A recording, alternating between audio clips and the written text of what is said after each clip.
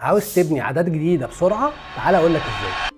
مؤلف كتاب العادات الذرية اتوميك هابتس قال ان بيبقى صعب على الكبار ان هم يقدروا يبداوا عادات جديده، وده بعكس الاطفال اللي بيبقى سهل قوي انك تعودهم على حاجه جديده لان مخهم لسه صفحه بيضاء ولسه ما فيش عندهم روابط ما بين الخلايا العصبيه وبعضها. انما الكبار بقى بيبقى عندهم روابط عصبيه نتيجه تراكم العادات بتاعتهم على مر السنين. عشان كده بيقول لك ان احسن طريقه تعمل بيها عاده جديده وانت كبير انك تربطها بعاده قديمه. يعني ببساطه هتشوف اكتر عاده انت بتحبها في اليوم ايه وتبني عليها العاده الجديده. مثلا لو انت زي حالاتي بتحب شرب القهوه الصبح لوحدك، ممكن تبني عليها عاده تانية ان انت وانت بتشرب القهوه تقرا كتاب او تسمع اوديو بوك، فهتبقى العاده دي مربوطه بدي لحد ما تبقى عاده القرايه ثابته عندك. فكر فيها بقى وقول لي في الكومنتس ايه احسن عاده عندك ممكن تبني عليها عاده جديده.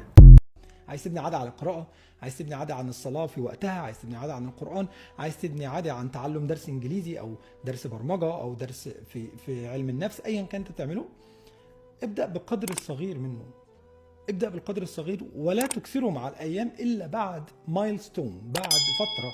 انت اعمل بعد شهر، ابدأ اعمل كذا. لما بتروح الجيم مثلا، انت بتروح الجيم اول يوم بتلاقي واحد برضه مبتدئ وجاي على مكنة الجري وطار، تسال عليه بكره ما جاش، بعده ما جاش، خلاص هو قاعد في البيت بقى، خلاص ما هو عمل الطاقه بتاعت الشهر كلها النهارده.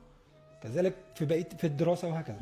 فانت ابني قطع صغيره على مسافات طويله، كل شهر زود. يعني انت عايز تبني عاده القراءه، انت كده كده القراءه هتجيبك وهتشدك لو انت استمريت معاها، ولكن تجرعها كما يتجرع العليل الدواء.